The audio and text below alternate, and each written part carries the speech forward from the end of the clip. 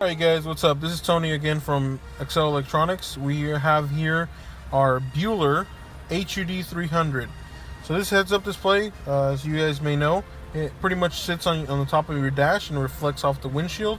It gives you your speed, and like the HUD 500 has different functions that it gives you. So we're gonna get right into what the video is about. So this video is pretty much on how to calibrate this unit with every vehicle. So each and every vehicle is going to have a certain calibration process. You can't just plug this in and let it roll like that. You're going to have to actually go through a certain process for each vehicle. Each vehicle is different, so the information that comes out of the CAN bus is different, obviously, and you're going to have to calibrate this to it. So here we have our instructions that comes in every packaging. The cool thing about the instructions and what I like is it gives you a very easy setup in a chart actually for what each and every menu does. So in this one particularly we have 8 menus, so 0 through 7. What you're going to want to do is just press this button in right here. You're just going to want to press and hold until you hear the beep, and then you let go, and only the 0 is going to be light up on the top right corner. So once you're in that setup, now you're gonna see here you're at 0, which is right there, and it says 107, and that's what it says right here. If you have a hard time understanding this because it is flipped, one of the things that you can do is we're gonna move right here to our rear view mirror, and you're gonna be able to see it reflected on the rear view mirror. So you're gonna see that reflection there, and we're just gonna go back here for video purposes. And so speed has an adjustment range of 50 through 150. So you can go anywhere from as low as 50 to as high as 150. The default obviously is 107. So each car is going to have to get calibrated. And the way you're going to calibrate it is going either up or down, depending on what you feel like is needed for each vehicle. And then what you're going to do once it's set up, I'm going to put this back at default. What you're going to do once it's set up, you're just going to press it in again, and it's going to go to the next menu. So you're going to be doing this for every single one up until you get to 7. So you're going to go through all the functions here. So you got speed, you got engine RPM, and then on the other side right here you have the alarm. This one's a very common one that they call us in for tech support, because on the alarm a lot of people don't want to have it at 25,000 RPM. That's actually what this stands for.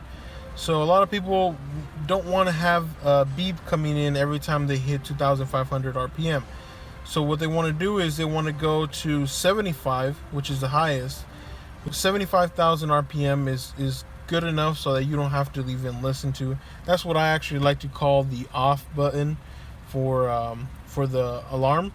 But it does hit if you hit 75,000. So that's the common one there. And then you got your speed alarm, you got your brightness, speed unit. For brightness, let me go back real quick. For brightness, you're more than likely going to want it on 0 because that's going to be auto. If you're a person that likes having everything bright day and night and you don't get bothered by the brightness, then you want to set it up for 2 or dark 1. We're going to go forward with this, and it's going to be for 5. You're going to have speed unit, temperature, water temperature for 6. And on water temperature, you actually get the function of switching it from Celsius to Fahrenheit. And on 5 for speed unit, you have the option to switch it from kilometers to miles per hour. So I'm going to go through that one real quick because that's a common one as well that they call for. So you're just going to go 1, 2, 3, 4, 5. And as you see here on miles per hour, that's what's lit up. So if you rock it to the right or left, doesn't matter. You're always going to have the option to choose kilometers or miles per hour. Once we have it here for miles per hour, we're going to go to 6 and go ahead and change our temperature. So in our case, we wanted to have it in Fahrenheit, which that's where we're at. But if you do need to go to Celsius, this is how you would do it.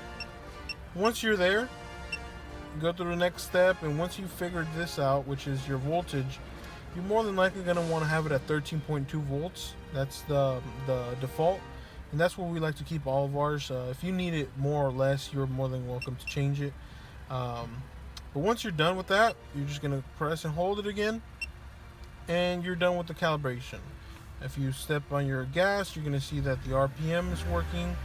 You're going to see that you're getting your speed. So there's the RPM, and that's the 2500 RPM line. So once we start driving, this will change, and that's it pretty much for the calibration setup for the HUD 300 by Bueller.